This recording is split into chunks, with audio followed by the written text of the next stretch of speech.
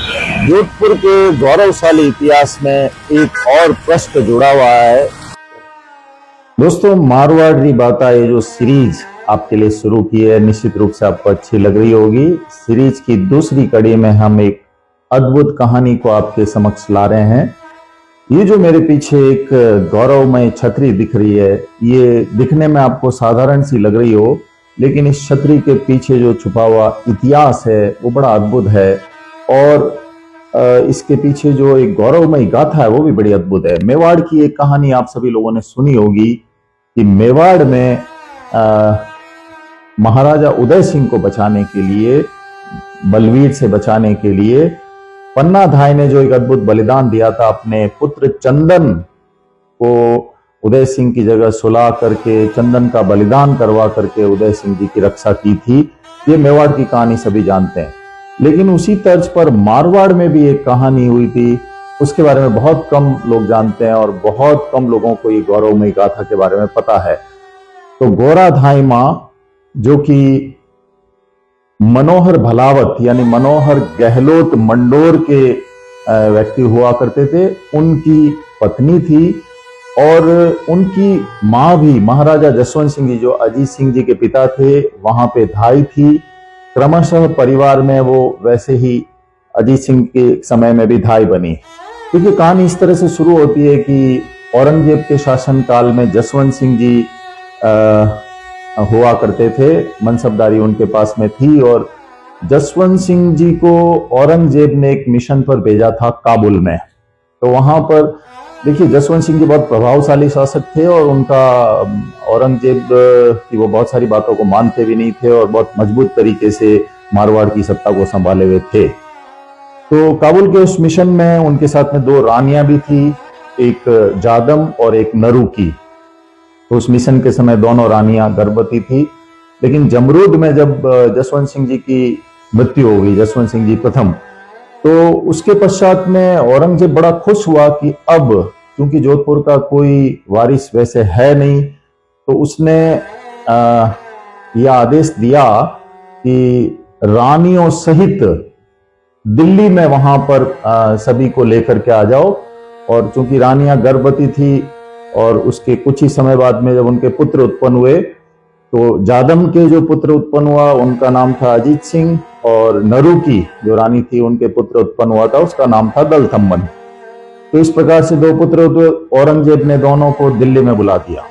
अब राठौर सरदारों ने उस वक्त सोचा था, विशेषकर दो वीर दुर्गादास और अखेराज सिंह राजपुरोहित और मुकुंदास खींची, और उसके साथ अनेकानेक सरदार, संख्या उनकी लगभग 70 तो मुख्य सरदार और 500 अन्य अनेकानेक सैनिक उनके साथ में थे। तो उन सब ने तय किया कि अभी हम लोग महाराजा अजीत सिंह जी को गद्दी पे बिठाने का काम कर नहीं सकते, क्योंकि औरंगजेब की सेना और उसका पूरा तंत्र अभी सक्रिय हो जाएगा और हमारे लिए बड़ी मुसीबत हो जाएगी, राजकुमार अभी छोटे हैं।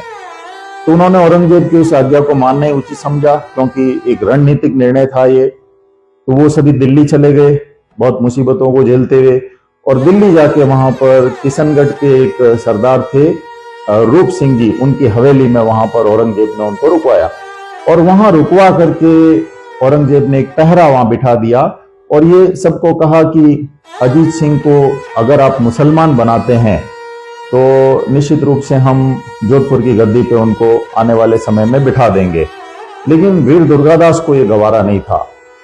वीर दुर्गादास ने स्वीकार बिल्कुल नहीं किया।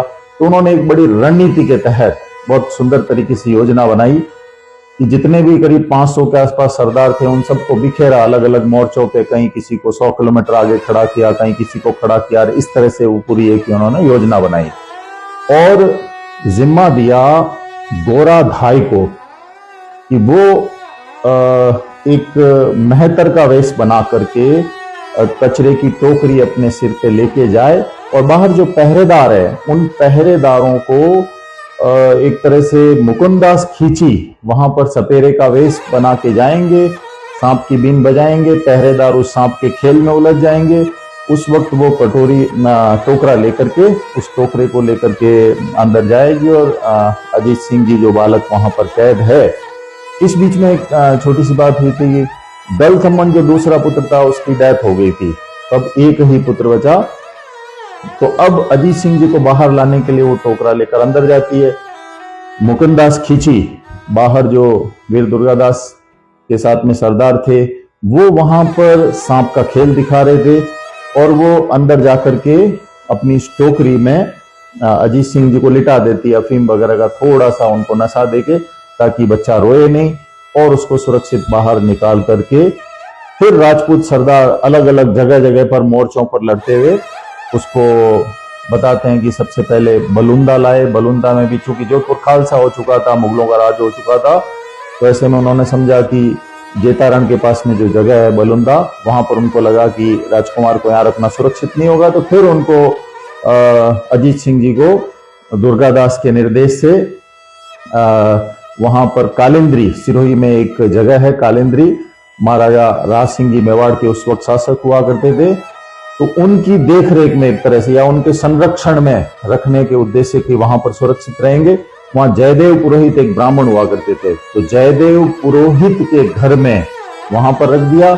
और मुकुंदास खींची ने ये सुरक्षा के दृष्टिकोण से सुनिश्चित करते हुए मुकुंदास खींची ने यह तय किया कि भाई हम यहाँ साधु बन के रहेंगे ताकि आसपास सुरक्षा रहे। वीर दुर्गादास भी इस बात पे नजर रख रहे थे कि बालक अजीत सिंह बड़े हो रहे हैं तो उनके ऊपर किसी प्रकार का कोई संकट नहीं आए। इस बात को सुनिश्चित करते हुए जयदेव पुरोहित के घर के आसपास उन्होंने पहरा रखा। मुकुंदास खींची साधु बन के रहे, बालक अजीत सिंह बड़े हुए, और उसके बाद में 1707 में जब औरंगजेब की मृत्यु हो गई थी तो उसके बाद में कालांतर में अजीत सिंह को शासक बनाया गया।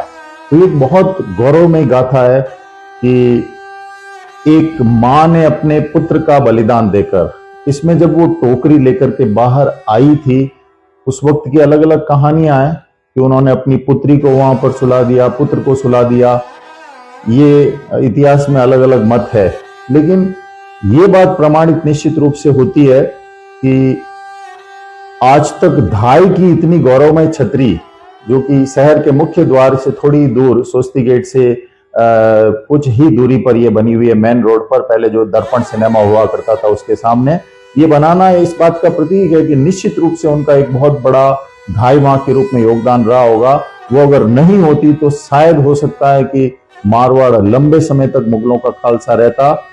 तो अपने पुत्र का बलिदान देकर के महाराजा अजीत सिंह को बचाना, ऐसी स्वामी भक्ति का उदाहरण मेवाड़ में मिलता है और मारवाड़ में मिलता है।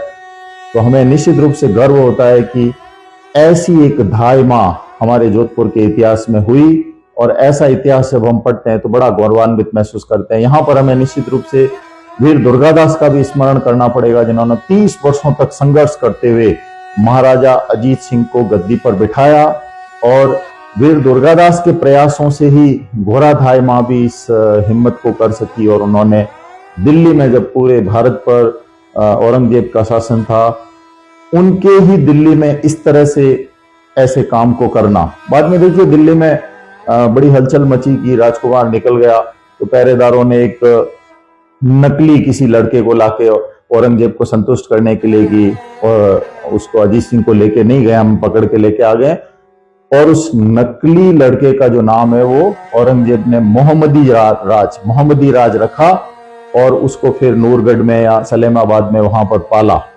बाद में उसको मुस्लिम बना दिया, उसका अंतिम संस्कार भी मुस्लिम तौर तरीकों से किया गया, लेकिन लोग उसको नकली अजीत सिंह समझते रहे, जबकि असली अजीत सिंह जो कालिंद्री में जयदेव पुरोहित के घर में पलते रहे और बाद में जोधपुर के शासक बने। तो ये एक अद्भुत कहानी है जिसमें इतिहासकारों के मत कितने भी अलग हो, अलग अलग कयास लगाए जा सकते, क्योंकि एक सीक्रेट मिशन था। सीक्रेट मिशन को आउट करना ठीक बात नहीं थी, इसलिए इतिहासकार भी इस पे सीक्रेट मिशन को पूरी तरह से समझ नहीं पाए।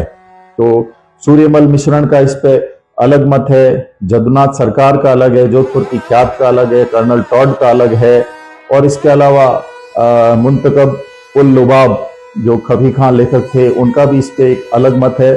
लेकिन सभी मतों के आधार पर अगर सार निकाले तो ये बात तय है कि मनोहर भलावत या मनोहर गहलोत की पत्नी वो थी जिन्होंने अपने पुत्र का बलिदान कर करके जोधपुर के महाराजा अजीत सिंह को एक तरह से सुरक्षित दिल्ली से बाहर निकाला था। उसके बाद में वो कालांतर में शासक बने। उन्हीं की ये गौरवमय छतरी जो पीछे आप देख रहे हैं, ये हमें उस गौरवमय कहानी और उस अतीत का स्मरण कराती है। Thank you so much.